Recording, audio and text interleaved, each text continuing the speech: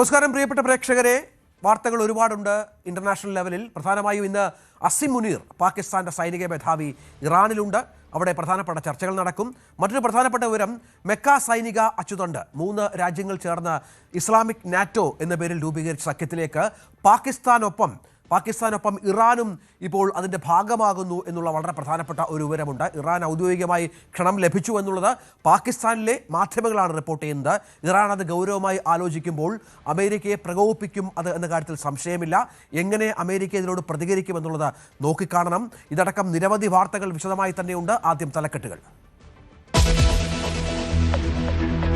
മെക്ക സൈനിക അച്ചുതണ്ടിൽ ചേരാൻ ഇറാനും ഔദ്യോഗിക ക്ഷണം സ്വീകരിക്കുന്നത് പരിഗണനയിലാണെന്ന ഇറാൻ. പശ്ചിമേഷ്യൻ മേഖലയിൽ വലിയൊരു മാറ്റത്തിന് വഴിയൊരുക്കിയേക്കും. പരസ്യമായി പ്രതികരിക്കാതെ സ്ഥാപക രാജ്യങ്ങൾ.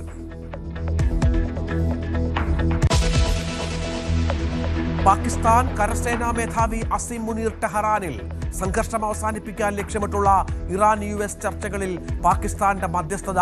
ധാരണാപത്രവും പാകിസ്ഥാൻ തുർക്കി സൗദി അറേബ്യ കരാറിന് ശേഷമുള്ള സാഹചര്യവും ഹൂതി വിഷയങ്ങളും ചർച്ചയ്ക്ക്. യുദ്ധം അന്തിമഘട്ടത്തിലേക്കെന്ന് പ്രഖ്യാപിച്ച അമേരിക്ക. ഇറാന്റെ എല്ലാ സാമ്പത്തിക സ്രോതസ്സുകളും വിച്ഛേദിക്കും. US ഉപരോധങ്ങൾ ഏർപ്പെടുത്തുമെന്ന ഭീഷണിയെ ഇറാൻ തള്ളി. ഹോർമുസിൽ ടോൾ പിരിക്കാനുള്ള കരട് നിയമത്തിന് ഇറാന്റെ അംഗീകാരം.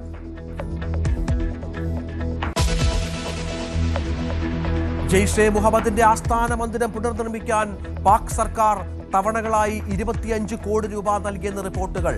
ഇന്ത്യൻ ആക്രമണത്തിൽ തകർന്ന കെട്ടിടത്തിന് വലിയ രീതിയിൽ അറ്റകുറ്റപ്പണികൾ. ആസ്ഥാന മന്ദിരത്തിന്റെ പുനർനിർമ്മാണം പൂർത്തിയായതായും റിപ്പോർട്ടുകൾ.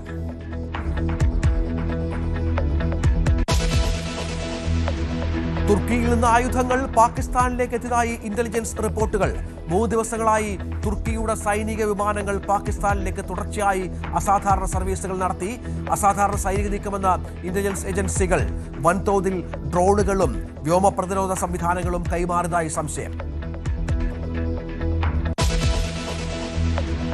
ചൈനയുമായി അതിർത്തി തർക്കം ചർച്ച ചെയ്യാൻ ഇന്ത്യ. ദേശീയ സുരക്ഷാ ഉപദേഷ്ടാവ് അജിത് ഡോവൽ ബീജിംഗിലേക്ക്. ചൈനീസ് വിദേശകാര്യമന്ത്രി വാങ് യിയുമായി ചർച്ച.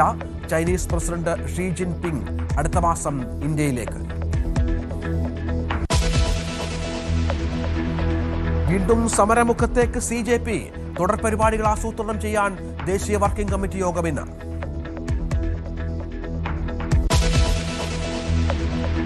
ED കേസ് പ്രതികളുടെ പോലീസ് സ്റ്റേഷനിലെ ഓണാഘോഷത്തിൽ നടപടി. വീഴ്ച വരുത്തിയ 6 പേരെ AR ക്യാമ്പിലേക്ക് മാറ്റും. SHOയുടെ കാര്യത്തിൽ തീരുമാനം പിന്നീട്.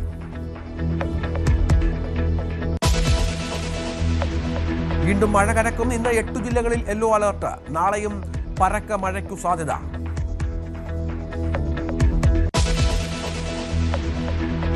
ഓണലഹരിയിലേക്ക് മലയാളികൾ. നാളെ ഉത്രാടം. സംസ്ഥാന സർക്കാരിന്റെ ഓണം വാരാഘോഷത്തിന് ഇന്ന് തുടക്കം. ഓണപൂജകൾക്കായി ശബരിമല നട വൈകിട്ട് തുറക്കും.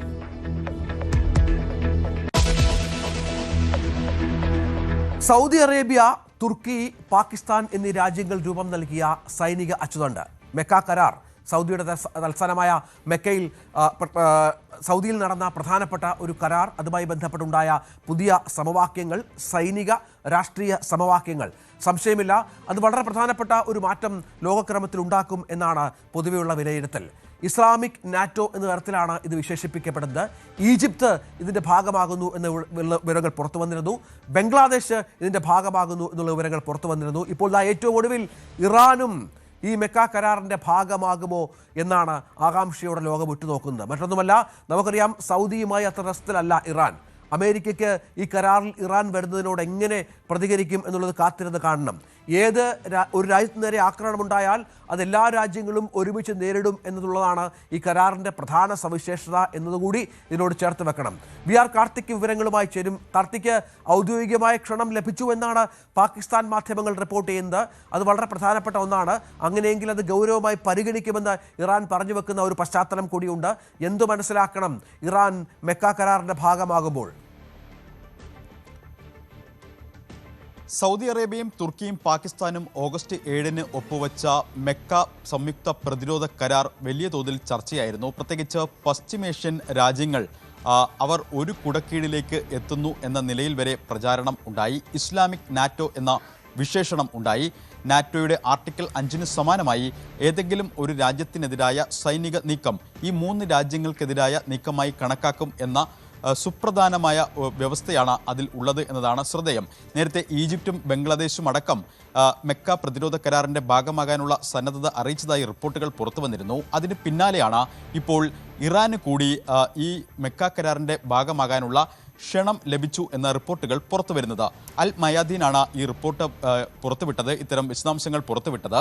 ഇക്കാര്യത്തിൽ സൗദി അറേബ്യയോ തുർക്കിയോ പാകിസ്ഥാനോ, അതായത് ഈ കരാറിൽ ഒപ്പിട്ട 3 രാജ്യങ്ങളോ ഇറാനോ ഔദ്യോഗികമായ ഒരു സ്ഥിരീകരണത്തിന് ഈ ഘട്ടം വരെയും തയ്യാറായിട്ടില്ല. എങ്കിൽ കൂടിയും ഓഗസ്റ്റ് 7 ഈ പ്രതിരോധ കരാറിൽ ഒപ്പുവെക്കുന്നു. ഓഗസ്റ്റ് 10 ഇറാന്റെ വിദേശകാര്യ വക്താവ് ഇസ്മയിൽ ബഗൈ നടത്തിയ ഒരു പ്രതികരണമുണ്ട്. ആ പ്രതികരണത്തിൽ അദ്ദേഹത്തോട് ചോദിച്ച ചോദ്യങ്ങൾ ഈ കരാറുമായി ബന്ധപ്പെട്ടാണ്. ഈ മെക്ക പ്രതിരോധ കരാറിൽ യാതൊരു ആശങ്കയും ഇല്ല എന്നായിരുന്നു അന്ന് ഇറാൻ നടത്തിയ പ്രതികരണം. അതോടൊപ്പം കൂട്ടി വായിക്കേണ്ടത് ഈ പ്രതിരോധ കരാറിൽ സന്തോഷമേ ഉള്ളൂ. കാരണം പല രാജ്യങ്ങൾ, അതായത് പശ്ചിമേഷ്യയിലെ പല രാജ്യങ്ങളും ഒരു കുടക്കീഴിലേക്ക് എത്തുന്നു എന്നത് വളരെ പോസിറ്റീവായാണ് കാണുന്നത് എന്നുകൂടി അന്ന് ഇസ്മയിൽ ബഗൈ പറഞ്ഞു വച്ചിരുന്നു. ആ പ്രതികരണമാണ് ഇത്തരത്തിൽ ഒരു ക്ഷണത്തിലേക്ക് നയിച്ചത് എന്നാണ് പുറത്തു വരുന്ന റിപ്പോർട്ടുകൾ. എന്തായാലും ഇറാന്റെ ഔദ്യോഗിക പ്രതികരണം ഇക്കാര്യത്തിൽ വരേണ്ടതുണ്ട്, അത് പ്രത്യേകം എടുത്തു പറയേണ്ടതുണ്ട്. മറ്റൊന്ന്, സൗദിയുമായി ഇറാന് ദീർഘകാലമായി അവർ വിപരീത ധ്രുവങ്ങളിലുള്ള ചിരവൈരികളായ രാജ്യങ്ങളാണ്. പല കാര്യങ്ങളിലും വിയോജിപ്പുകൾ ഉള്ള രാജ്യമാണ്. പല ഘട്ടങ്ങളിലും നേർക്കുനേർ ഏറ്റുമുട്ടിയ രാജ്യങ്ങളാണ്.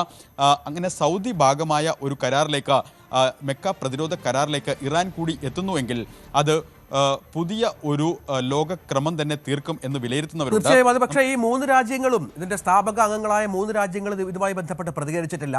മറ്റൊന്ന്, അമേരിക്കയുടെ ഒരു പ്രതികരണം കൂടി വരണമല്ലോ. നേരത്തെ ഞാൻ പറഞ്ഞതുപോലെ ഈ കരാറിന്റെ ഒരു ക്രക്സ് എന്ന് പറയുന്നത്, ഏതെങ്കിലും ഒരു രാജ്യത്തിന് നേരെ, കരാറിന്റെ ഭാഗമായ ഏതെങ്കിലും രാജ്യത്തിന് നേരെ ആക്രമണം ഉണ്ടായാൽ എല്ലാവരും ഒരുമിച്ച് ഇതിനോട് പ്രതികരിക്കും, എല്ലാവർക്കും എതിരെയുള്ള യുദ്ധമായി കാണുമെന്നുള്ളതാണ്. അത് അമേരിക്ക ഒട്ടും സുഖിപ്പിക്കുന്ന ഒരു ഉടമ്പടി അല്ലല്ലോ കാർത്തിക്. ഒരിക്കലുമല്ല. അതുതന്നെയാണ് ഈ കരാറിനെ ശ്രദ്ധേയമാക്കുന്നതും അതിലേക്കുള്ള ഇറാന്റെ ക്ഷണത്തെ ഈ ഘട്ടത്തിൽ പ്രസക്തമാക്കുന്നതും. കാരണം അമേരിക്കയും ഇറാനും പാകിസ്ഥാൻ മുൻകൈയെടുത്ത് ജൂണിൽ ഒപ്പുവെച്ച സമാധാന കരാർ, ആ സമാധാന കരാർ ഏറെക്കുറെ അട്ടിമറിക്കപ്പെട്ടു, അതിൻ്റെ കാലാവധി അവസാനിച്ചു. അതിന് പിന്നാലെയാണ് ഈ റിപ്പോർട്ടുകൾ പുറത്തു വരുന്നത് എന്നതും ശ്രദ്ധേയമാണ്. ഇറാൻ പാർലമെൻറ്റുമായി ബന്ധപ്പെട്ട ഒരു മാധ്യമപ്രവർത്തകനെ ഉദ്ധരിച്ചുകൊണ്ടാണ് ഈ റിപ്പോർട്ടുകൾ എന്നതും ശ്രദ്ധേയമാണ്. അതുകൊണ്ട് തന്നെ ഈ ഘട്ടത്തിൽ ഇറാൻ എങ്ങനെ പ്രതികരിക്കുമെന്നത് നിർണായകമാണ്. മാത്രമല്ല, രഞ്ജിത്ത് നേരത്തെ സൂചിപ്പിച്ചതുപോലെ അങ്ങനെ ഇറാനെ ഔദ്യോഗികമായി ക്ഷണിക്കുന്നുവെങ്കിൽ, അതിനോട് ഇറാൻ പോസിറ്റീവായി പ്രതികരിക്കുന്നുവെങ്കിൽ അമേരിക്ക അടക്കമുള്ള രാജ്യങ്ങളുടെ നിലപാട് അത് എന്താകും എന്നത് വളരെ നിർണായകമാണ്. എന്തായാലും സൈനിക സഹകരണം, ഒപ്പം രാഷ്ട്രീയ സഹകരണം അതടക്കമുള്ള പ്രസക്ത വിഷയങ്ങൾ ഉൾപ്പെടുത്തുന്ന ഈ കരാറിലേക്ക് ഇറാൻ എത്തുമോ എന്നത് നിർണായകമാണ്. നമ്മൾ നേരത്തെ പറഞ്ഞു വെച്ചത് യമനിൽ അടക്കം വ്യത്യസ്ത നിലപാടുകൾ ഉള്ള രാജ്യങ്ങളാണ് സൗദിയും ഇറാനും. അതായത് അവിടെയുള്ള നിലവിൽ പുതിയതായി വന്ന സർക്കാരിനെ സൗദി പിന്തുണയ്ക്കുന്നു. അതേസമയം ഹൂതി വിമതർക്ക് എല്ലാ സഹായവും നൽകുന്ന രാജ്യമാണ് ഇറാൻ. മാത്രമല്ല, ഈ ഫെബ്രുവരി 28 യുദ്ധം ആരംഭിച്ച ശേഷം പശ്ചിമേഷ്യൻ രാജ്യങ്ങളിലെ US അസറ്റുകൾ കേന്ദ്രീകരിച്ചുകൊണ്ടായിരുന്നു ഇറാന്റെ പ്രത്യാക്രമണങ്ങളെല്ലാം. അതിൽ സുപ്രധാനം ഒരു ഘട്ടത്തിൽ റിയാദിൽ വരെ, സൗദി തലസ്ഥാനമായ റിയാദിൽ വരെ ആക്രമണം നടന്നിരുന്നു.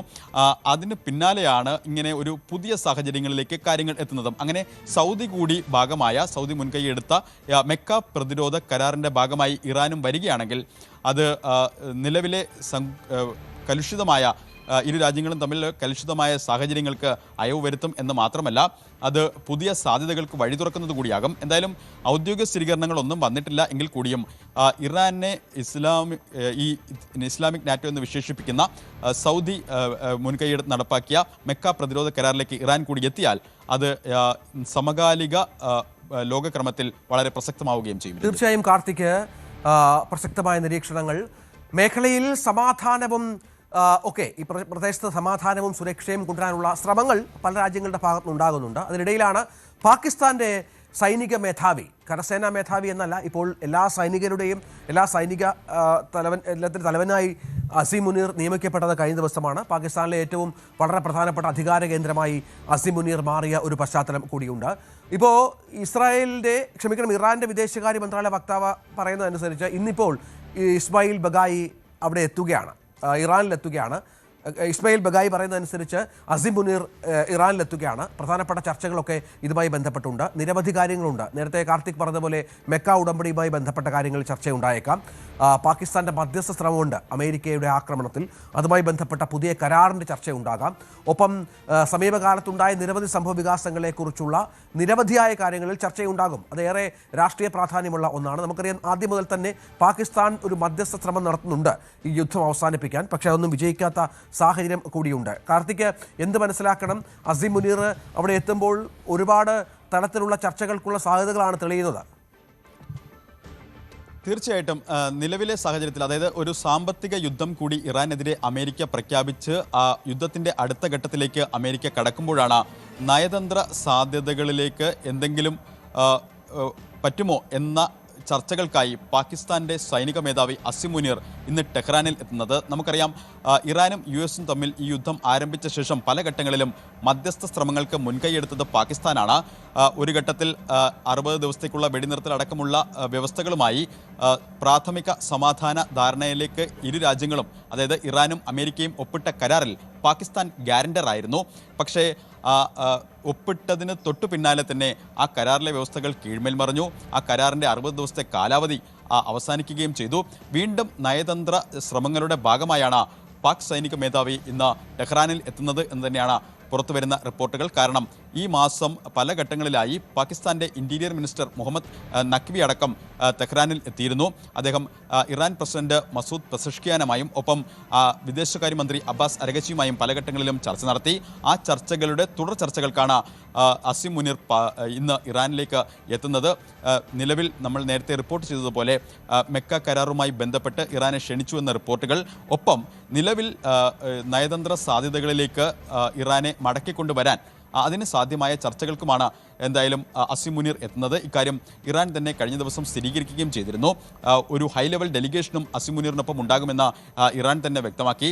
ഇരു രാജ്യങ്ങളും തമ്മിലുള്ള ഉഭയകക്ഷി ബന്ധവും ഒപ്പം നിലവിൽ ഈ റീജിയനിൽ, അതായത് പശ്ചിമേഷ്യയിൽ നിലനിൽക്കുന്ന സാഹചര്യങ്ങൾ, സമാധാനത്തിലേക്ക് കാര്യങ്ങൾ എത്തിക്കാൻ വേണ്ട ചർച്ചകൾ നടക്കും എന്ന് ഇറാൻ തന്നെ സ്ഥിരീകരിക്കുന്ന സാഹചര്യവും കഴിഞ്ഞ ദിവസം ഉണ്ടായി.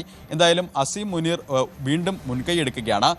നയതന്ത്ര ശ്രമങ്ങൾക്കാണ് മുൻകൈയെടുക്കുന്നത്. നയതന്ത്ര ചർച്ചകൾക്ക് ഒരു മേശയ്ക്ക് ചുറ്റും ഇറാനെയും അമേരിക്കയും കൊണ്ടുവരാനുള്ള ശ്രമങ്ങൾ എന്തായാലും സജീവമായി നടത്തുന്നു. പക്ഷേ അപ്പോഴും ഇറാനിൽ ഭരണാധികാരികൾക്കിടയിൽ ഇക്കാര്യത്തിൽ രണ്ടഭിപ്രായമുണ്ട്. അതായത് സമാധാന ശ്രമങ്ങളുമായി സഹകരിക്കണം എന്നഭിപ്രായപ്പെടുന്ന ഒരു വിഭാഗവും, മറ്റൊന്ന് ശക്തമായ നടപടികൾ അതേ നാണയത്തിൽ അമേരിക്കയെ നേരിടണം എന്ന് പറയുന്ന മറുചേരിയും ആണ് ഇപ്പോൾ നമുക്ക് അവരുടെ പ്രതികരണങ്ങളിൽ നിന്ന് വ്യക്തമാകുന്നത്. കാരണം കഴിഞ്ഞ ദിവസം ഇറാൻ പ്രസിഡന്റ് മസൂദ് പെസഷ്കിയാന്റെ പ്രതികരണം നമ്മൾ കേട്ടിരുന്നു. അതായത് നിലവിലെ യുദ്ധം അവസാനിപ്പിക്കേണ്ടതുണ്ടെന്നും അതിന് ഏറ്റവും നല്ല മാർഗം അമേരിക്കയുമായി ഒരു കരാറിലെത്തുന്നതാണ് എന്നും ഇറാൻ പ്രസിഡന്റ് പ്രതികരിച്ചിരുന്നു.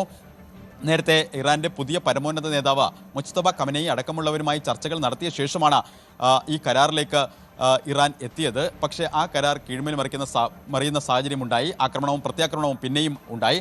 അങ്ങനെ ഇനിയും നയതന്ത്ര സാധ്യതകൾക്ക് വാതിൽ തുറന്നിടുന്ന പ്രതികരണം ഇറാൻ പ്രസിഡന്റ് നടത്തുമ്പോൾ, പക്ഷേ കഴിഞ്ഞ ദിവസം ഇറാന്റെ ദേശീയ സുരക്ഷാ കൗൺസിലിന്റെ സെക്രട്ടറിയുടേതായി അടക്കം പുറത്തു വരുന്ന പ്രതികരണങ്ങൾ ഈ അമേരിക്ക ഏത് തരത്തിൽ അടുത്ത ഘട്ടത്തിലേക്ക് കടക്കുന്നു അതേ നാണയത്തിൽ തന്നെ തിരിച്ചിടുക. അതായത് ഹോർമൂസ് അടക്കമുള്ള ഇടങ്ങളിൽ നടപടികൾ ശക്തമാക്കുക, നിലവിൽ അമേരിക്ക ഏർപ്പെടുത്തിയിരിക്കുന്ന ഉപരോധങ്ങൾക്കൊപ്പം ഇറാന്റെ ഹോർമൂസ് അടച്ചു കൊണ്ടുള്ള ഇറാന്റെ നീക്കങ്ങൾ അത് കൂടുതൽ വിപുലമാക്കുക എന്ന നിലയിൽ ഇറാനും മറുവശത്ത് മുന്നോട്ട് പോകുന്നു. അങ്ങനെ സാഹചര്യങ്ങൾ ഇപ്പോഴും കലുഷിതമാണ്. എന്തായാലും അസിം മുനീർ അവിടെ എത്തുന്നു. അദ്ദേഹത്തിന്റെ മധ്യസ്ഥ ശ്രമങ്ങൾ ഫലം കാണുമോ എന്നടക്കമുള്ള കാര്യങ്ങൾ കാരണം അതിനിടയിലാണ് കാർത്തിക്, യുദ്ധം അന്തിമഘട്ടത്തിലേക്കെന്നുള്ള അമേരിക്കയുടെ പ്രഖ്യാപനം വളരെ പ്രധാനപ്പെട്ട ഒന്നാണ്. എല്ലാ സാമ്പത്തിക സ്രോതസ്സുകളും വിച്ഛേദിക്കും അമേരിക്ക. ഇന്നു മുതലാണ് ഉപരോധങ്ങൾ ഏർപ്പെടുത്തുമെന്നുള്ള പ്രഖ്യാപനം. അതിന്റെ പ്രഖ്യാപനമൊക്കെ അല്പസമയത്തിനകം പ്രതീക്ഷിക്കണം.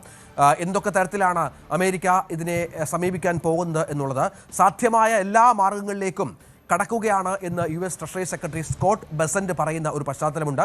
പക്ഷേ അതിനിടയിൽ ഇത് പൂർണ്ണമായും തള്ളിക്കൊണ്ടാണ് ഇറാന്റെ നിലപാട് എന്നതുകൂടി ചേർത്ത് വെക്കണം. ഒപ്പം ഹോർമുസിൽ ടോൾ പിരിക്കാനുള്ള കരട് നിയമത്തിന് ഇറാൻ അംഗീകാരം നൽകാനും പോകുന്നു എന്നുള്ള വളരെ പ്രധാനപ്പെട്ട കാര്യം കൂടിയുണ്ട്. കാർത്തിക്, പ്രധാനമാണല്ലോ ഇത് ഇപ്പോൾ യുദ്ധം എന്നുള്ളത് കരയുദ്ധമോ വ്യോമയുദ്ധമോ ഒക്കെ അവസാനിപ്പിച്ച് സാമ്പത്തിക യുദ്ധത്തിലേക്ക് അമേരിക്ക കടക്കുമ്പോൾ അത് ഇറാന്റെ നട്ടലൊടിക്കുമെന്ന കാര്യത്തിൽ സംശയമില്ല. സൈനിക നീക്കങ്ങൾക്കും നാവിക ഉപരോധങ്ങൾക്കും പിന്നാലെ സാമ്പത്തിക യുദ്ധമാണ് അമേരിക്ക ഇറാനെതിരെ പ്രഖ്യാപിച്ചിരിക്കുന്നത്. അതായത് നിലവിൽ ഇറാന് ലഭിക്കുന്ന സഹായങ്ങൾ, സാമ്പത്തികമായി ലഭിക്കുന്ന സഹായങ്ങൾ, അതിൻ്റെ എല്ലാ സ്രോതസ്സുകളും അടച്ചുകൊണ്ട് ഇറാനെ സാമ്പത്തികമായി കൂടുതൽ വരിഞ്ഞു മുറുക്കുക, വീണ്ടും നയതന്ത്ര ചർച്ചകളിലേക്ക് അവരെ എത്തിക്കുക. അങ്ങനെ ഒരു ടാക്ടിക്സ് ആണ് ഇപ്പോൾ അമേരിക്ക സ്വീകരിക്കുന്നത്. അത് സംബന്ധിച്ച നിബന്ധനകൾ, അതായത് സാമ്പത്തിക യുദ്ധത്തിന്റെ ഭാഗമായി സ്വീകരിക്കുന്ന നിബന്ധനകൾ US treasury secretary Scott Bessent പ്രഖ്യാപിക്കുമെന്നാണ് അറിയിച്ചിരുന്നത്. സ്കോട്ട് ബെസന്റിൻ്റെതായി ഒരു ട്വീറ്റ് പുറത്തു വന്നിട്ടുണ്ട്. ആ ട്വീറ്റിൽ വ്യക്തമാക്കുന്നത് എൻഡ് ഗെയിമിലേക്ക് കടക്കുന്നു, അതായത് ഈ യുദ്ധം അന്തിമഘട്ടത്തിലേക്ക് കടക്കുന്നു, സാമ്പത്തികമായി വരിഞ്ഞു മുറുക്കാൻ, ഇറാനെ വരിഞ്ഞു മുറുക്കാൻ സാധ്യമായ എല്ലാ നടപടികളും സ്വീകരിക്കണമെന്നാണ് പ്രസിഡന്റിന്റെ നിർദ്ദേശം എന്നും പറഞ്ഞു വെക്കുന്നു. പക്ഷേ എന്തൊക്കെയാണ് നിബന്ധനകൾ, എന്തൊക്കെയാണ് പുതിയ തീരുമാനങ്ങൾ എന്ന് ഈ ട്വീറ്റിൽ വിശദീകരിക്കുന്നില്ല. അത് ശ്രദ്ധേയമാണ്. അത് വരും മണിക്കൂറുകളിൽ പ്രതീക്ഷിക്കാം. എന്തായാലും ഒരു വശത്ത് സാമ്പത്തികമായി ഇറാനെതിരായ നടപടികൾ കടുപ്പിക്കാൻ അമേരിക്ക ശ്രമിക്കുമ്പോൾ, മറുവശത്ത് ഇറാനും അതേ നാണയത്തിൽ നേരിടാനുള്ള നീക്കങ്ങളിലാണ്. അതായത് ഹോർമൂസിൽ ടോൾ പിരിക്കാനുള്ള നീക്കങ്ങളിലേക്ക് ഇറാൻ കടക്കുന്നു. ഇത് സംബന്ധിച്ച കരട് നിയമത്തിന് ഇറാൻ്റെ പാർലമെൻ്ററി സമിതി അംഗീകാരം നൽകി. ഇനിയും പല ഘട്ടങ്ങളുണ്ട്. അതായത് സുരക്ഷാ ഗാർഡിയൻ കൗൺസിൽ, അതോടൊപ്പം തന്നെ പ്രസിഡന്റിൻ്റെ അംഗീകാരം, ഇതടക്കം പാർലമെൻറ്റിൽ ചർച്ച, ഈ ഘട്ടങ്ങളൊക്കെ കടന്നിട്ട് വേണം ഇത് നിയമമാകാനെങ്കിൽ കൂടിയും ഹോർമൂസിൽ ടോൾ പിരിക്കാൻ ഇറാൻ തീരുമാനിക്കുന്നു എന്ന് പറയുമ്പോൾ അത് അമേരിക്ക നേരത്തെ എടുത്ത നിലപാടുകൾക്ക് ശക്തമായി വിരുദ്ധമാണ്. അതായത് ഇറാനെ ടോൾ പിരിക്കാൻ അനുവദിക്കില്ല എന്നായിരുന്നു എല്ലാ ഘട്ടങ്ങളിലും അമേരിക്ക സ്വീകരിച്ചിരുന്ന നിലപാട്. ടോൾ പിരിക്കാനുള്ള നീക്കങ്ങളിലേക്ക് ഇറാൻ കടക്കുന്നു എന്ന് മാത്രമല്ല, വിനിമയത്തിന് ഇറാൻ റിയാലോ അല്ലെങ്കിൽ ടെഹ്റാൻ തീരുമാനിക്കുന്ന മറ്റേതെങ്കിലും നാണയമോ, അത് മീൻസ് മറ്റേതെങ്കിലും കറൻസിയോ വേണം എന്ന് ആണ് ഈ കരട് നിയമത്തിൽ വ്യവസ്ഥ ചെയ്യുന്നത്. ഇതടക്കമുള്ള കാര്യങ്ങളാണ് ചർച്ചകളിൽ നിറയുന്നത്. എന്തായാലും പാർലമെൻ്ററിയുടെ സമിതി ഈ കരട് നിയമത്തിന് അംഗീകാരം നൽകി. ഇനി വിവിധ ഘട്ടങ്ങൾ കടന്ന് ഇത് നിയമമായാൽ ടോൾ പിരിക്കുക തന്നെ ചെയ്യും ഇറാൻ എന്ന നിലപാടിലേക്കാണ് കാര്യങ്ങൾ എത്തുന്നത്. കാർത്തിക്കാണ് വിവരങ്ങൾ പങ്കുവച്ചത്. മറ്റു പ്രധാനപ്പെട്ട വാർത്ത ഇന്നലെ പുറത്തു വന്നത്, അത് പാക് പഞ്ചാബ് പ്രവിശ്യയിൽ സ്ഥിതി ചെയ്യുന്ന ഭീകര സംഘടനയായ ജെയ്ഷെ മുഹമ്മദിന്റെ ആസ്ഥാനം അവർ പുനർനിർമ്മിക്കാൻ തീരുമാനിച്ചു. അതിന്റെ നിർമ്മാണം പൂർത്തിയായി കഴിഞ്ഞു എന്നുള്ള വാർത്ത ഇന്നലെയാണ് പുറത്തു വന്നത്. പക്ഷേ ഇപ്പോൾ ഏറ്റവും പ്രധാനപ്പെട്ട ഒന്ന്, പാക് സർക്കാർ നൽകിയ പണം അത് 25 കോടി രൂപയാണ്. പലതവണയായി പാകിസ്ഥാൻ സർക്കാർ നൽകിയ പണം ഉപയോഗിച്ചാണ് ജെയ്ഷെ മുഹമ്മദ് തങ്ങളുടെ ആസ്ഥാനം പുനർനിർമ്മിച്ചത് എന്നുള്ള വളരെ പ്രധാനപ്പെട്ട സുപ്രധാനമായ വാർത്ത പുറത്തു വരികയാണ്. നമുക്കറിയാം, ഭീകര സംഘടനയാണ്. അന്താരാഷ്ട്ര തലത്തിൽ തന്നെ ജെയ്ഷെ മുഹമ്മദുമായി ബന്ധപ്പെട്ട് ഒരുപാട് ഉപരോധങ്ങളുണ്ട്.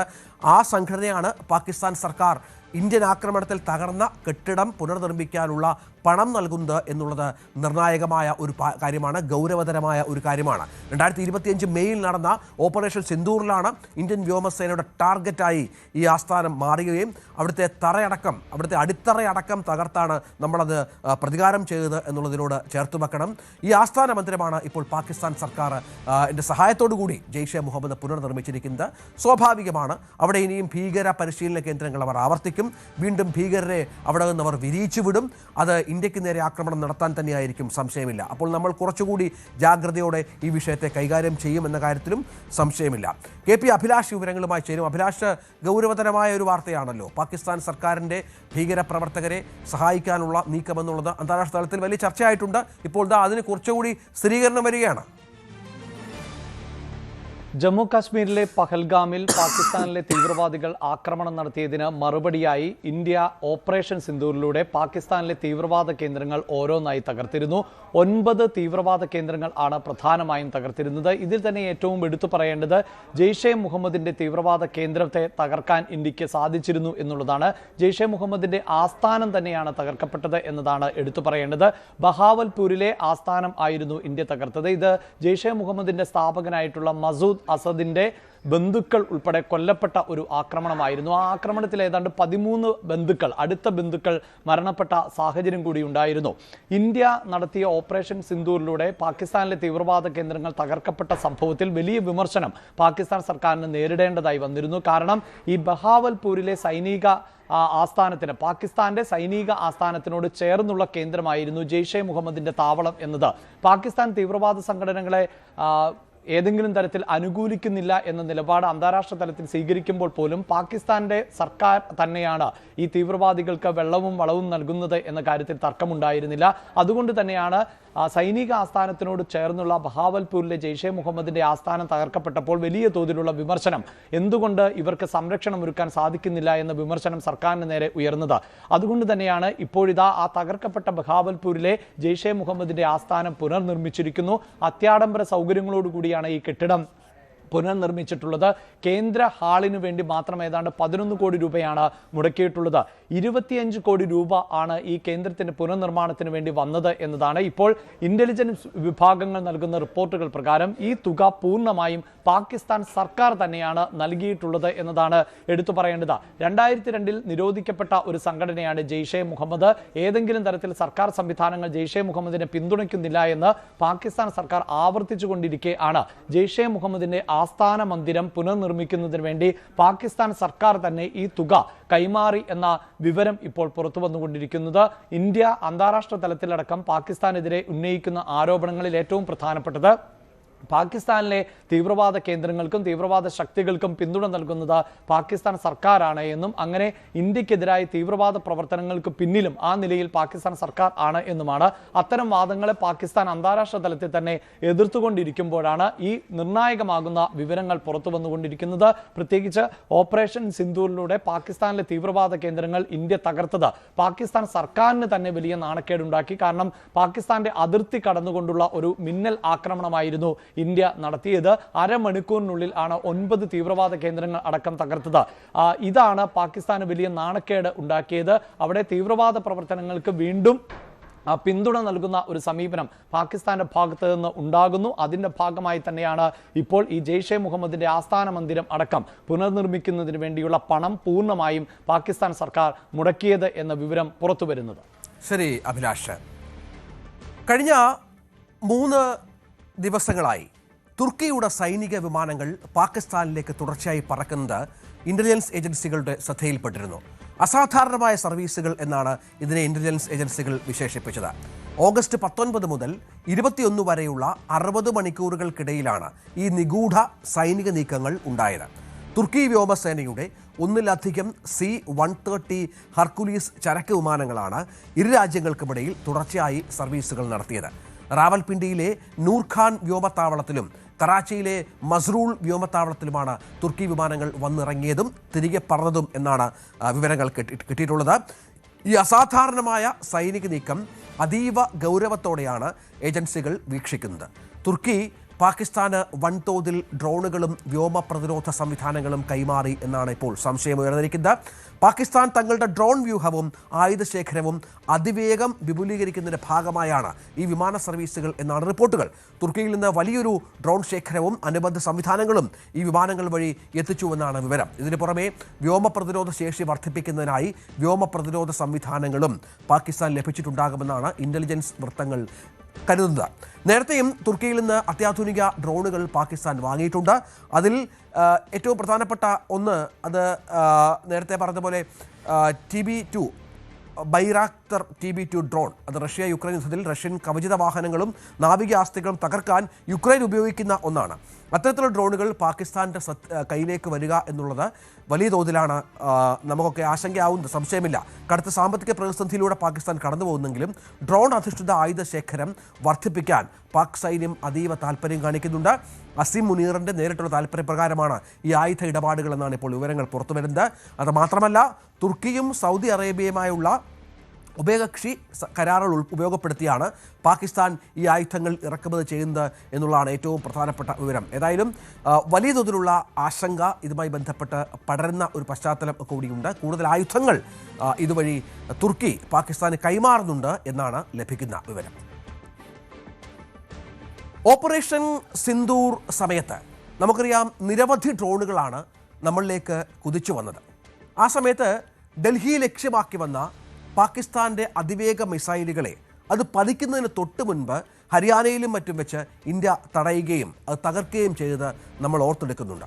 ഇത്തരം മിസൈലുകളെ തകർക്കുന്നതിൽ ഇപ്പോൾ നേരത്തെ പറഞ്ഞ തുർക്കിയൊക്കെ നിരവധി ആയുധങ്ങൾ, അത്യാധുനിക ആയുധങ്ങൾ പാകിസ്ഥാൻ നൽകുന്ന ഒരു പ്രധാനപ്പെട്ട ഒരു കാര്യം കൂടിയുണ്ട്. അവിടെയാണ് ഈ പുതിയ പുതിയ ആയുധങ്ങളെ നേരിടാൻ ഇന്ത്യ വൻ സംവിധാനങ്ങൾ ഒരുക്കുന്നു എന്നുള്ള വിവരങ്ങൾ കൂടി പുറത്തു വരുന്നത്. അത് പ്രധാനമായും ബഹിരാകാശ അധിഷ്ഠിത സംവിധാനങ്ങൾ മെച്ചപ്പെടുത്തുന്നതിലാണ് നമ്മളിപ്പോൾ ശ്രദ്ധ കേന്ദ്രീകരിക്കുന്നത് എന്നുള്ളത് പ്രധാനപ്പെട്ട ഒന്നാണ്. അതായത് ലക്ഷ്യസ്ഥാനങ്ങൾക്ക് ഭീഷണിയാകുന്നതിന് വളരെ മുൻപ് തന്നെ ഈ മിസൈലുകളെ തടയാനും ഇന്ത്യ ഇപ്പോൾ പ്രവർത്തിച്ചു വരികയാണ്. ഓപ്പറേഷൻ സിന്ദൂർ വേളയിൽ ഇന്ത്യയും പാകിസ്ഥാനും തമ്മിൽ കടുത്ത പോരാട്ടം നടന്നുകൊണ്ടിരിക്കുന്ന സമയത്താണ് ഡൽഹി ലക്ഷ്യമാക്കി വന്ന ഒരു മിസൈലിനെ ലക്ഷ്യസ്ഥാനത്ത് പതിക്കുന്നതിന് 1-2 മിനിറ്റ് മുൻപ് മാത്രമാണ് നമുക്ക് തകർക്കാൻ സാധിച്ചത് എന്നുള്ളതാണ് ഇത്തരം ചിന്തകളിലേക്ക് ഇന്ത്യയെ എത്തിച്ചത് എന്നാണ് ഏറ്റവും പ്രധാനപ്പെട്ട ഒന്ന്. അതായത് വളരെ കുറഞ്ഞ സമയത്തിനുള്ളിൽ പതിക്കുന്നതിന് വളരെ കുറഞ്ഞ സമയത്തിനുള്ളിൽ തടയാൻ കഴിയുന്ന സാഹചര്യം ഒഴിവാക്കുകയും അതിന് മുൻപ് തന്നെ ഈ മിസൈൽ പുറപ്പെടുന്ന സ്ഥലത്ത് തന്നെ അല്ലെങ്കിൽ അത് ഇന്ത്യയിലേക്ക് എത്താൻ നിരവധി മിനിറ്റുകൾ ബാക്കിയുള്ള സമയത്ത് തകർക്കുക എന്ന ലക്ഷ്യം ഇപ്പോൾ ഇന്ത്യ ആ തരത്തിൽ മുന്നോട്ട് കൊണ്ടുപോകുന്നു എന്നാണ് മനസ്സിലാക്കേണ്ടത്. അതിനാണ് ബഹിരാകാശ അധിഷ്ഠിത സംവിധാനങ്ങൾ വികസിപ്പിക്കുക എന്ന നിലയിലേക്ക് നമ്മൾ വന്നത്. അതായത് മിസൈൽ വിക്ഷേപണം നടന്ന് നിമിഷങ്ങൾക്കുള്ളിൽ അത് കണ്ടെത്താൻ സഹായിക്കുന്ന സംവിധാനമാണത്. അതുവഴി ഡൽഹി പോലെയുള്ള ലക്ഷ്യസ്ഥാനങ്ങളിലേക്ക് ഉദിക്കുന്ന മിസൈലുകൾ അവയുടെ അവസാന ഘട്ടത്തിലേക്ക് കടക്കുന്നതിന് മുൻപ് നമ്മുടെ സംവിധാനങ്ങൾക്ക് തകർക്കാൻ സാധിക്കും, തടയാൻ സാധിക്കും എന്നുള്ളതാണ് ഏറ്റവും പ്രധാനപ്പെട്ട ഒന്ന്. അതിൽ പാകിസ്ഥാൻ്റെ ഇപ്പോൾ പുതിയ മിസൈലുകൾ അവർ കൈവശപ്പെടുത്തിയിരിക്കുന്ന ഒന്ന് ഫത്തേഹ്, ഷഹീൻ എന്നീ മിസൈലുകൾ വളരെ പ്രധാനപ്പെട്ട ഒന്നാണ്. അത് അന്തരീക്ഷത്തിന് പുറത്തുകൂടി സഞ്ചരിക്കുന്ന ബാലിസ്റ്റിക് മിസൈലുകളുടെ കാര്യത്തിലാണ് ഈ ശ്രദ്ധ കൂടുതലായി നമ്മൾ വെക്കുന്നത് എന്നാണ് പുതിയ വിവരങ്ങൾ പുറത്തു വരുന്നത്. നേരത്തെയുള്ള മുന്നറിയിപ്പ് ലഭിക്കുന്ന അതിന് മുൻപ് ആ ഭീഷണി അതിൻ്റെ അവസാന ഘട്ടത്തിലേക്ക് കടക്കുന്നതിന് മുൻപ് അന്തരീക്ഷത്തിന് പുറത്തു വെച്ച് തന്നെ അവയെ തടയാൻ ആവശ്യമായ സാങ്കേതിക സംവിധാനമാണ് ഇപ്പോൾ നമ്മൾ ഡെവലപ്പ് ചെയ്യുന്നത്.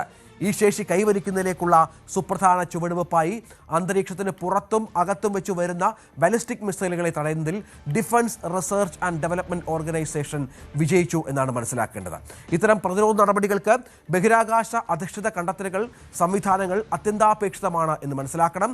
അതുപോലെ തന്നെ ഈ മിസൈലുകളെ തടയാൻ റഡാർ അധിഷ്ഠിതവും മിസൈലിൻ്റെ സഞ്ചാരപാതയുടെ അവസാന ഘട്ടത്തിൽ നടത്തുന്നതുമായ സംവിധാനമായിരുന്നു നമ്മൾ നേരത്തെ ഉപയോഗിച്ചിരുന്നത്. അത് വിജയകരമായിരുന്നു. പക്ഷേ അതിൻ്റെ ഒരു പ്രശ്നം, അതിൻ്റെ ഒരു സാങ്കേതികത അല്ലെങ്കിൽ അതിൻ്റെ ഒരു റിസ്ക് എന്ന് പറയുന്നത് മിസൈലിൻ്റെ സഞ്ചാരപാത വിലയിരുത്താനും തീരുമാനങ്ങൾ എടുക്കാനും ഭീഷണിയെ നേരിടാനുമുള്ള സമയം വളരെ കുറവായിരുന്നു എന്നുള്ളൊരു പ്രശ്നമാണ്. മിസൈൽ കണ്ടെത്തൽ സാങ്കേതിക വിദ്യ വികസിപ്പിക്കുന്ന ദിഗാന്തര എന്ന ബഹിരാകാശ ഇൻ്റലിജൻസ് ഏജൻസിയുടെ സ്ഥാപകനും സിഇഒയുമായ അനിരുദ്ധ് ശർമ്മ ഇതുമായി ബന്ധപ്പെട്ട് പറയുന്നത് സമയമാണ് ഇവിടെ നിർണായക ഘടകം എന്നുള്ളതാണ്. ബഹിരാകാശ അധിഷ്ഠിത സെൻസറുകൾ വഴി മിസൈൽ വിക്ഷേപണം നിമിഷങ്ങൾക്കുള്ളിൽ കണ്ടെത്തുന്നത് നമ്മളെ ഒരുപാട് സഹായിക്കും, സംശയമില്ല.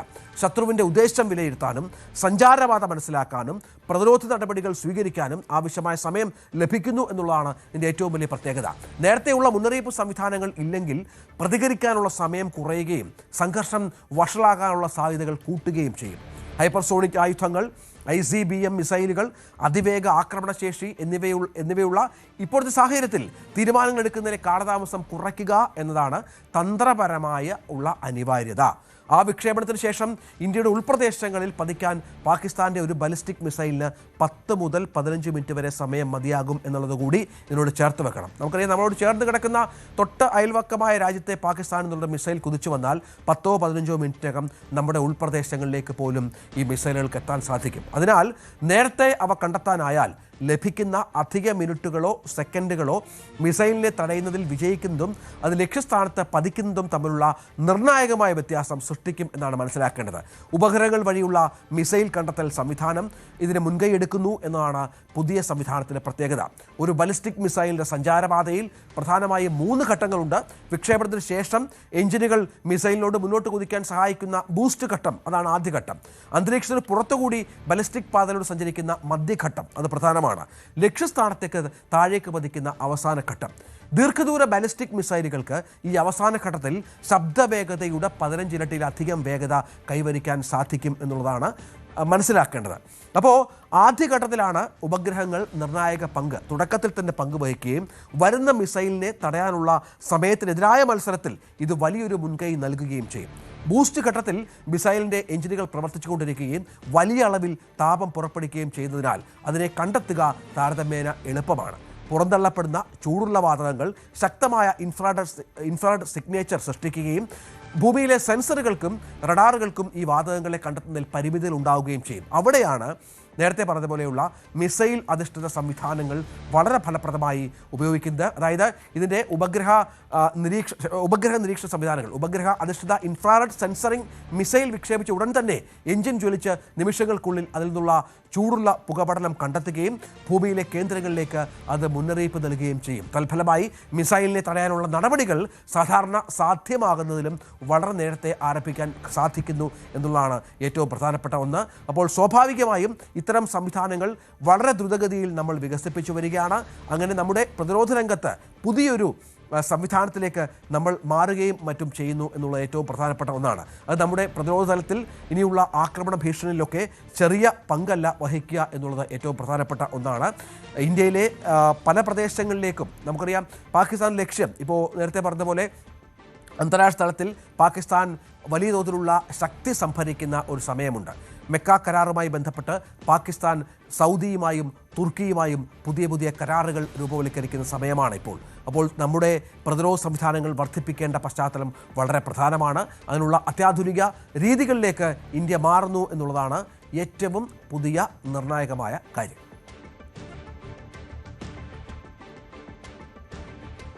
മറ്റൊരു വാർത്തയിലേക്ക് പോകണം. നടൻ ദിലീപും മഞ്ജു വാര്യരും വർഷങ്ങളുടെ ഇടവേളയ്ക്ക് ശേഷം ഒരേ ചടങ്ങിൽ ഒരുമിച്ച് പങ്കെടുത്തത് കഴിഞ്ഞ ദിവസങ്ങളിലാണ് സോഷ്യൽ മീഡിയയിലൊക്കെ വലിയ വാർത്തയായത്. കാക്കനാട് പുതുതായി പ്രവർത്തനം ആരംഭിച്ച മാജിക് ഫ്രെയിംസിൻ്റെ മൾട്ടിപ്ലക്സ് തിയേറ്റർ സമുച്ചയത്തിൻ്റെ ഉദ്ഘാടനത്തിലാണ് ഇരുവരും എത്തിയത്.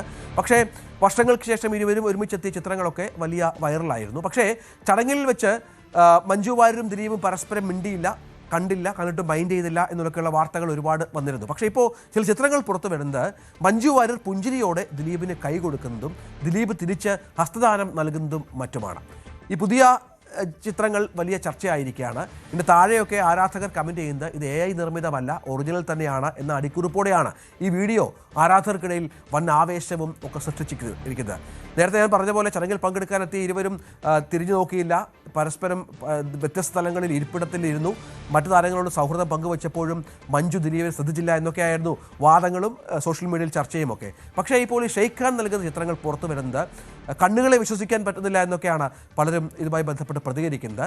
പക്ഷേ വിവാഹമോചനത്തിന് ശേഷം ഇവർ പലപ്പോഴും വേദികളിൽ ഒരുമിച്ച് പങ്കിടാറില്ല. പക്ഷേ ലിസ്റ്റിൻ സ്റ്റീഫൻ എന്ന രണ്ടുപേരുടെയും സുഹൃത്തിൻ്റെ തിയേറ്ററുമായി ബന്ധപ്പെട്ട ചടങ്ങിലാണ് ഇരുവരും പങ്കെടുത്തത്. അവിടെയാണ് ഈ സൗഹൃദ നിമിഷങ്ങൾ വീണ്ടും ഉരുത്തിരിഞ്ഞത്. ഇടവേള.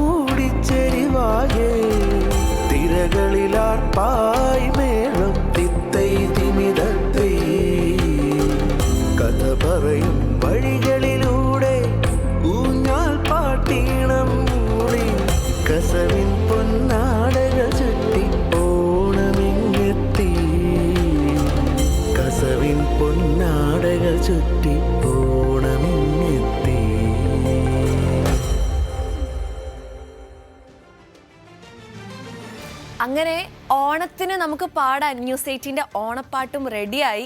News 18 consulting editor Leen B Jesmas വരികൾ എഴുതി ശ്രീനേഷ് എൽ പ്രഭു ഈണമിട്ടതാണ് ഈ മനോഹരമായ ഗാനം.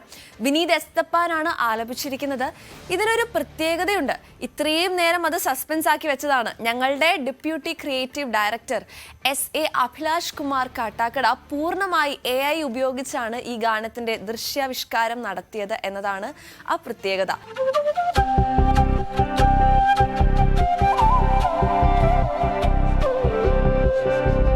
ഒരു കിളി പാടി ചിങ്ങത്തൊടി മേലെ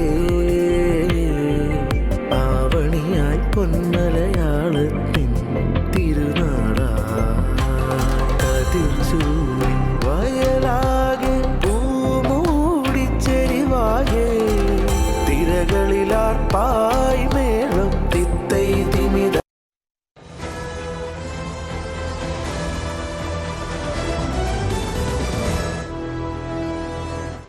പ്രിയപ്പെട്ട പ്രേക്ഷകരെ, ഏറ്റവും കൂടുതൽ ദുരിതം അനുഭവിക്കുന്ന ഭൂമിയിലെ സ്ഥലം ഏതാണ് എന്നൊരു പക്ഷേ നമ്മൾ അതിനെക്കുറിച്ച് ആലോചിച്ചാൽ അത് മറ്റെങ്ങുമല്ല, ഗാസ എന്ന യുദ്ധമുനമ്പാണ്. ഗാസയിലെ അവസ്ഥകൾ വർഷങ്ങളായി നമ്മൾ ചർച്ച ചെയ്യുന്ന ഒന്നാണ്. ഇസ്രായേലിൻ്റെ അധിനിവേശം അവിടുത്തെ സാധാരണക്കാരായ നിരപരാധികളായ ജനങ്ങൾക്കിടയിൽ ഉണ്ടാക്കുന്ന പ്രശ്നങ്ങൾ ചെറുതല്ല. അമേരിക്കയും മറ്റും ഇടപെട്ട് നിരവധി സമാധാന കരാറുകളും മറ്റും ഉണ്ടാക്കിയിട്ടും അതൊന്നും അവിടുത്തെ ആക്രമണങ്ങളെ കുറയ്ക്കാൻ സഹായകരമായിട്ടില്ല എന്നാണ് മനസ്സിലാക്കുന്നത്. അവിടുത്തെ ദുരിത ജീവിതവുമായി ബന്ധപ്പെട്ട ഒരുപാട് കാഴ്ചകൾ പുറത്തു വന്നതാണ്. ഇപ്പോൾ അന്താരാഷ്ട്ര മാധ്യമങ്ങൾ റിപ്പോർട്ട് ചെയ്തതനുസരിച്ച് അവിടെ മൃതദേഹങ്ങൾ സംസ്കരിക്കാൻ സ്ഥലമില്ലാതെ കേഴുകയാണ് മരിച്ച ആളുകളുടെ ബന്ധുക്കൾ. ഒരു മാധ്യമം റിപ്പോർട്ട് ചെയ്യുന്നത് മുഹമ്മദ് എന്ന ഒരു 40-കാരൻ്റെ ഒരു ശവസംസ്കാര സ്ഥലം കണ്ടെത്തേണ്ട അവസ്ഥയിൽ കടന്നു പോകുന്ന 20-കാരനായ അദ്ദേഹത്തിൻ്റെ മകൻ ഒമർ അൽ സവ്ഹിയുടെ അവസ്ഥയാണ്. ഗാസ സിറ്റിയിലെ സൈദൂൺ പ്രദേശവാസിയായ മുഹമ്മദ് റോഡരികിലെ ഒരു ചെറിയ കടയിൽ ചായയും കാപ്പിയും വിൽക്കുന്നതിനിടയിലാണ് ജൂൺ 10 കഴുത്തിൽ വെടിയേറ്റ് തൽക്ഷണം മരിച്ചത്. പിതാവിനെ സംസ്കരിക്കാനായി സൈദൂൺ ശ്മശാനത്തിലെത്തിയ ഒമർ കണ്ടത് തിങ്ങി നിറഞ്ഞ ശവക്കുഴികളാണ്. അവയിൽ പലതും ഗാസയിൽ ഇസ്രായേൽ നടത്തുന്ന വംശഹത്യയിൽ കൊല്ലപ്പെട്ടവരുടേതും. സ്ഥലപരിമിതിയും യുദ്ധവും മൂലമുള്ള ദുഷ്കരമായ ഈ സാഹചര്യങ്ങൾ കാരണം പല ശവക്കുഴികളും അടയാളപ്പെടുത്തേണ്ടി വരുന്നത് പോലും ഒരു കല്ലും അതിലൊട്ടിച്ച ആളുടെ പേരെഴുതിയ കടലാസ് കഷ്ണവും ഉപയോഗിച്ച് മാത്രമാണ്. അത് നഷ്ടപ്പെട്ടാൽ എവിടെയാണ് തങ്ങളുടെ പൂർവികരെ സംസ്കരിച്ചത് എന്നതുപോലും അറിയാൻ പറ്റാത്ത വിധമുള്ള വല്ലാത്ത ഗതികേടിലാണ് ഗാസ നിവാസികൾ. ശ്മശാനത്തിന് നടുവിൽ നിന്ന് ധാരാളം ശവക്കുഴികൾ കണ്ടു എന്നാണ് ഗാസ ഇതുമായി ബന്ധപ്പെട്ട് അവിടെ എത്തിയ ആളുകൾ പ്രതികരിക്കുന്നത്. മണൽക്കൂനകൾക്ക് താഴെ ആളുകളെ അടക്കം ചെയ്തിരിക്കുന്ന പശ്ചാത്തലം അവിടെ ഒരുപാട് സംഭവിക്കുന്നുണ്ട്. പലതോതിലുള്ള കാര്യങ്ങൾ യുദ്ധത്തിന് മുൻപുണ്ടായിരുന്നത് പോലെ ശവക്കുഴി നിർമ്മിക്കുകയോ ശരിയായി ഒരുക്കുകയോ ചെയ്യാതെ രക്തസാക്ഷിയുടെ പേരെഴുതി കടലാസൊട്ടിച്ച് ഒരു കല്ലു മാത്രം അടയാളപ്പെടുത്തിയാണ് ഇപ്പോൾ പുതിയ ശവക്കുഴികൾ ഗാസയിൽ സൃഷ്ടിക്കപ്പെടുന്നത്. ഒരു ശവക്കുഴിക്ക് ഏകദേശം $167 വരെയാണ് ചെലവ് വരിക. ആ തുക കണ്ടെത്താൻ കുടുംബത്തിന് കഴിയാത്തതിനാൽ അവർക്ക് മറ്റു പല വഴികളും തേടേണ്ട അവസ്ഥയിലേക്ക് പോവുകയാണ്. പുതിയൊരു ശവക്കുഴിക്ക് സ്ഥലമില്ലാത്തതിനാൽ പലരെയും മറ്റുള്ളവരുടെ, അതായത് നേരത്തെയുള്ള മുത്തശ്ശൻ്റെയും മറ്റും അല്ലെങ്കിൽ അവരുടെ പാരമ്പര്യത്തിലുള്ള മറ്റാരുടെയെങ്കിലുമൊക്കെ കല്ലറകളിൽ സംസ്കരിക്കേണ്ട അവസ്ഥയിലേക്ക് പോലും ബന്ധുക്കളെത്തുന്നു എന്നുള്ളതാണ് ഏറ്റവും ദയനീയമായ കാഴ്ച.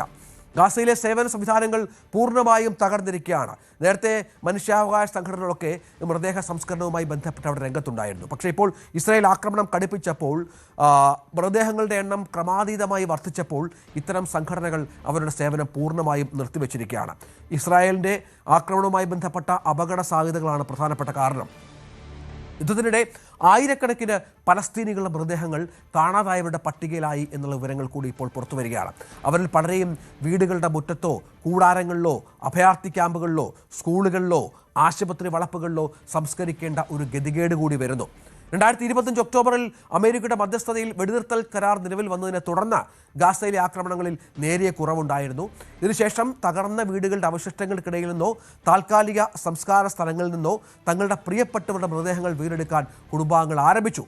താല്പര്യങ്ങൾക്കനുസരിച്ചുള്ള അലേർട്ടുകളും അപ്ഡേറ്റുകളും തൽക്ഷണം ഈ പറഞ്ഞതുപോലെ ആ തരത്തിൽ കാര്യങ്ങൾ മുന്നോട്ട് കൊണ്ടുപോകാൻ അവർ ശ്രമിച്ചു. പക്ഷേ അപ്പോൾ ഒരു കാര്യം കൂടി അവർ മനസ്സിലാക്കുന്നത് ഇത്തരം അപ്ഡേറ്റുകളുമായി ബന്ധപ്പെട്ട് ഭരണകൂടത്തിലുണ്ടായ വലിയ പ്രശ്നമാണ്. ആക്രമണങ്ങൾ വളരെയധികം വർദ്ധിച്ചു. വെടിനിർത്തൽ പ്രഖ്യാപിച്ച ശേഷം കുറഞ്ഞത് 1200 പലസ്തീനുകൾ കൊല്ലപ്പെടുകയാണ്. അവർ പലരും ഇത്തരം അപ്ഡേറ്റുകളുടെ അഭാവം മൂലമാണ് ഈ സ്ഥലങ്ങളിലെത്തുകയും വീണ്ടും വീണ്ടും ആക്രമണം ഇസ്രായേലിൻ്റെ ഭാഗത്തുണ്ടാവുകയും ചെയ്യുന്നൊരു പശ്ചാത്തലം ഉണ്ടാകുന്നത്. ഇവർക്കെല്ലാം സംസ്കാരത്തിനായി സ്ഥലം ആവശ്യമാണ് എന്നുള്ളത് ഏറ്റവും പ്രധാനപ്പെട്ട ഒന്നാണ്. അങ്ങനെ ആശുപത്രി വളപ്പുകളിലെ 7 കൂട്ടക്കുഴിമാടങ്ങളിൽ നിന്ന് 529 പലസ്തീനികളുടെ മൃതദേഹ അവശിഷ്ടങ്ങളാണ് കണ്ടെടുത്തതായി ഗാസയിലെ അധികൃതർ വ്യക്തമാക്കിയത്. ഇസ്രായേൽ ആക്രമണങ്ങളിൽ ഉണ്ടായ ചെറിയ ഇടവേള പ്രയോജനപ്പെടുത്തി പല ആളുകളും തങ്ങളുടെ ബന്ധുക്കളുടെ മൃതദേഹാവശിഷ്ടങ്ങൾ പുറത്തെടുത്ത് അന്തിമ സംസ്കാരത്തിനായി ശ്മശാനത്തിലേക്ക് മാറ്റുന്ന കാഴ്ചയൊക്കെ അവിടെ കാണാം. അങ്ങനെ 2023 ഒക്ടോബറിൽ യുദ്ധം ആരംഭിച്ചത് മുതൽ 73,000 പലസ്തീനികളാണ് കൊല്ലപ്പെട്ടത്. ശവക്കുഴികളുടെ ക്ഷാമം അതിരൂക്ഷമാക്കി മാറ്റാൻ പ്രധാനപ്പെട്ട കാരണം ഇതാണ്. അത് മാത്രമല്ല, സംസ്കാര സ്ഥലങ്ങൾ പൂർണ്ണമായും ഇസ്രായേൽ നശിപ്പിക്കുന്ന ഒരു സാഹചര്യമുണ്ടായി. ഗാസയിലെ എൻഡോവ്മെന്റ് ആൻഡ് റിലീജിയസ് അഫയേഴ്സ് മന്ത്രാലയത്തിന്റെ കണക്കനുസരിച്ച് യുദ്ധം തുടങ്ങിയത് മുതൽ 40-ലധികം ശ്മശാനങ്ങൾ നശിപ്പിക്കപ്പെട്ടു. തങ്ങളുടെ നിയന്ത്രണത്തിലുള്ള പ്രദേശങ്ങളിലെ ശ്മശാനങ്ങളിലേക്കുള്ള പ്രവേശനത്തിന് ഇസ്രായേൽ നിയന്ത്രണങ്ങൾ ഏർപ്പെടുത്തി. ഇത് കുടുംബങ്ങൾക്ക് ലഭ്യമായ ശവസംസ്കാര സ്ഥലങ്ങളുടെ എണ്ണം കുറയാൻ കാരണമാകുന്ന പശ്ചാത്തലമുണ്ടായി. ഇസ്രായേൽ ബോംബാക്രമണത്തെ തുടർന്നും നിർബന്ധിത കുടിയൊഴിപ്പിക്കൽ ഉത്തരവുകൾ മൂലവും ലക്ഷക്കണക്കിന് പലസ്തീനികൾക്ക് വീടുകൾ ഉപേക്ഷിക്കേണ്ടി വന്നതോടെ നേരത്തെ ശവസംസ്കാരത്തിനായി നീക്കിവെച്ചിരുന്ന സ്ഥലങ്ങൾ പലതും കുടിയൊഴിപ്പിക്കപ്പെട്ടവർക്കുള്ള അഭയകേന്ദ്രങ്ങളായി മാറുന്ന സാഹചര്യം കൂടി സൃഷ്ടിക്കപ്പെടുകയാണ്. അങ്ങനെ ശവസംസ്കാരത്തിൻ്റെ ചെലവ് വല്ലാതെ വർദ്ധിക്കുന്ന പശ്ചാത്തലം, സ്ഥലമില്ലാത്ത പശ്ചാത്തലം, തകർന്ന കെട്ടിടാവശിഷ്ടങ്ങൾക്കിടയിലെ മണ്ണ് അല്ലെങ്കിൽ ഇരുമ്പ് ഷീറ്റുകൾ താൽക്കാലിക അടയാളങ്ങളായി ഉപയോഗിച്ചുകൊണ്ട് തങ്ങളുടെ ഉറ്റവരുടെ മൃതശരീരങ്ങൾ സംസ്കരിക്കേണ്ട അവസ്ഥയിലേക്ക് ഗാസ നിവാസികൾ മാറുന്നു എന്നുള്ള അതിദയനീയമായ സ്ഥിതിയിലാണ് ഇപ്പോൾ ആ പ്രദേശം എന്നുള്ളതാണ് മനസ്സിലാക്കേണ്ടത്. നേരത്തെ പറഞ്ഞതുപോലെ അവിടെ വിനാശകരമായ പല കാര്യങ്ങളും ഇപ്പോൾ സംഭവിക്കുകയാണ്. ജീവന് ഭീഷണിയുള്ള പല ആക്രമണങ്ങളും നടക്കുന്നു. ആരും ഇടപെടുന്നില്ല. അമേരിക്ക പിറകോട്ടാണ്. ഇസ്രായേൽ അതികഠിനമായി അവരെ ആക്രമിക്കുകയും ചെയ്യുന്നു. എർലിംഗ് ഹാളണ്ടിനെ കണ്ട് ഞെട്ടിയിരിക്കുകയാണ് മാഞ്ചസ്റ്റർ സിറ്റിയുടെ ആരാധകർ. തൻ്റെ ട്രേഡ് മാർക്കായ പാറിപ്പറക്കൻ നീളൻ സ്വർണ്ണ തലമുടി പറ്റേ വെട്ടി പുതിയ ലുക്കിലാണ് ഇപ്പോൾ ഹാളണ്ട് പുതിയ സീസണിൽ സിറ്റിയുടെ നീലക്കുപ്പായത്തിൽ ഇറങ്ങിയത്. കളിക്കിറങ്ങും മുൻപ് ഹാളണ്ട് തന്നെ മുടി വെട്ടുന്നതിൻ്റെയും വെട്ടിക്കഴിഞ്ഞ ലുക്കിലുമുള്ള ചിത്രങ്ങൾ ഇൻസ്റ്റയിലിട്ടു. Short hair cut don't care എന്നൊരു കുറിപ്പും മുടി മുറിക്കുന്നതിന് മുൻപും ശേഷവുമുള്ള 2 വീഡിയോകൾ കൂടി ഹാളണ്ട് പോസ്റ്റ് ചെയ്തിട്ടുണ്ട്. മുടി മുറിച്ച ശേഷം പഴയ കോച്ച് പെപ്പ് ഗാർഡിയോളയാണ് ഹാളണ്ട് വിളിച്ചത്. രസകരമായിരുന്നു പെപ്പിൻ്റെ പ്രതികരണം. മുടിയുള്ള നീ ഭാഗ്യവാനാണ്, ഞാൻ അത്തരം ഒരു മുടിക്ക് കൊതിക്കുകയാണ് എന്ന് പെപ്പ് പറഞ്ഞു. പുതിയ സ്റ്റൈലിലിറങ്ങിയ ഹാളണ്ടിന് പക്ഷേ ഈ സീസണിലെ ആദ്യ മത്സരത്തിൽ ഗോൾ നേടാൻ കഴിഞ്ഞില്ല. ബെൻമൗത്തിനെതിരായ മത്സരത്തിൽ 2 പ്രതിരോധക്കാരാണ് സിറ്റിക്ക് വേണ്ടി ഗോളുകൾ നേടിയത്. പ്രീമിയർ ലീഗിലെ കഴിഞ്ഞ വർഷത്തെ ഗോൾഡൻ ബൂട്ട് ജേതാവാണ് ഹാളണ്ട് എന്നതുകൂടി മനസ്സിലാക്കണം. റെസിഡൻഷ്യൽ ബിൽഡർമാരായ TBPL ഹോംസ് തൃശ്ശൂരിൽ 55ാമത് റെസിഡൻഷ്യൽ പ്രോജക്റ്റായ PB ടിഗ്രിസ് ഉപഭോക്താക്കൾ കൈമാറി. ചടങ്ങിനോടനുബന്ധിച്ച് 2 പുതിയ പ്രോജക്റ്റുകളുടെ ലോഞ്ചും നടന്നു. തൃശ്ശൂർ വിയൂരിലെ PB തേംസ് TBPL ഹോംസിന്റെ 60ാമത് പ്രോജക്റ്റും കാക്കനാടുള്ള TBPL കാസ്കേഡ് 61ാമത് പ്രോജക്റ്റുമാണ് കമ്പനി മുന്നോട്ട് വെച്ചത്.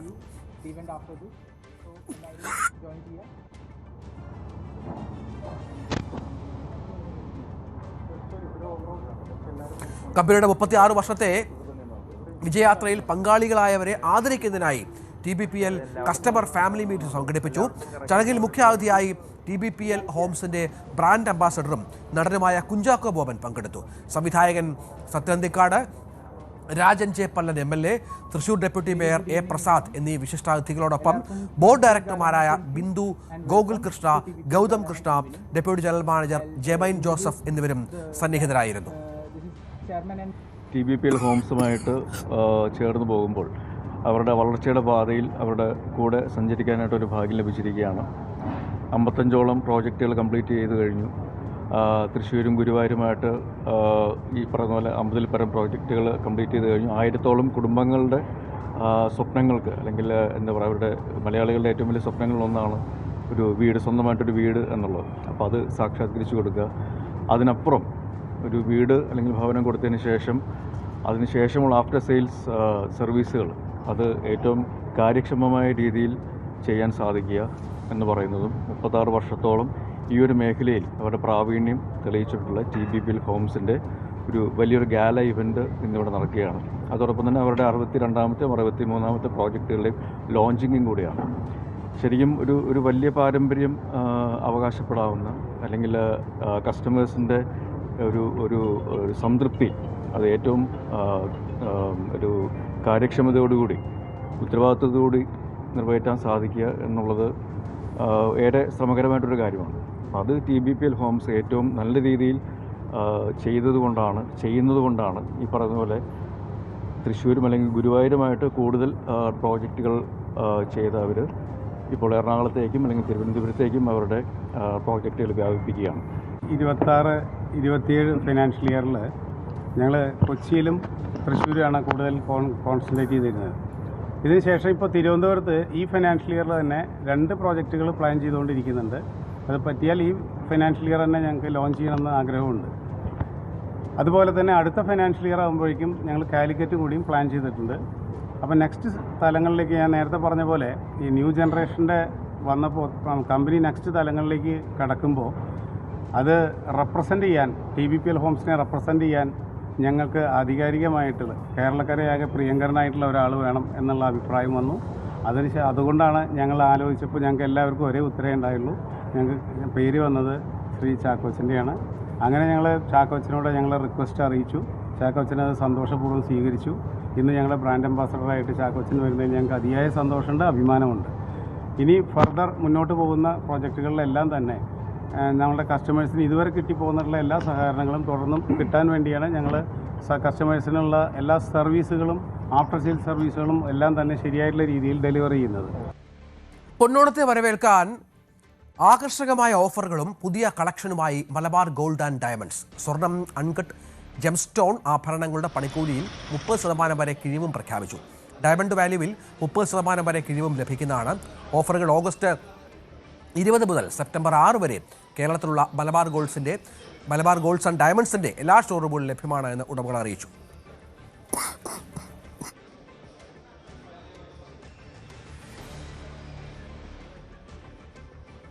ഉത്സവ സീസണിനായി പ്രത്യേകം അവതരിപ്പിച്ച ഏറ്റവും പുതിയ ലയാറ കളക്ഷന് ഉപഭോക്താക്കൾക്കിടയിൽ നിന്ന് മികച്ച സ്വീകാര്യത ലഭിച്ചുകൊണ്ടിരിക്കുന്നു എന്നാണ് ഇതുമായി ബന്ധപ്പെട്ട വിവരങ്ങൾ പുറത്തുവരുന്നത്. ഇവിടെ പല തരത്തിലുള്ള ഡിസൈൻസ് ഉണ്ട്. ആന്റീക്ക്, പിന്നെ ടർക്കിഷ്, അതൊക്കെ നോക്കി. And then yellow gold I really liked some designs were really good. So I got one for my wedding also and it was a very nice design. And we also got matching wedding bands, me and my fiance. So yeah, the collection is good here. They have multiple floors here, so we can look around for different designs. So I like that about it, Malabar. അപ്പോൾ ഒരു ഇടവേളയ്ക്ക് ശേഷം കൂടുതൽ വാർത്തകൾ തുടരും.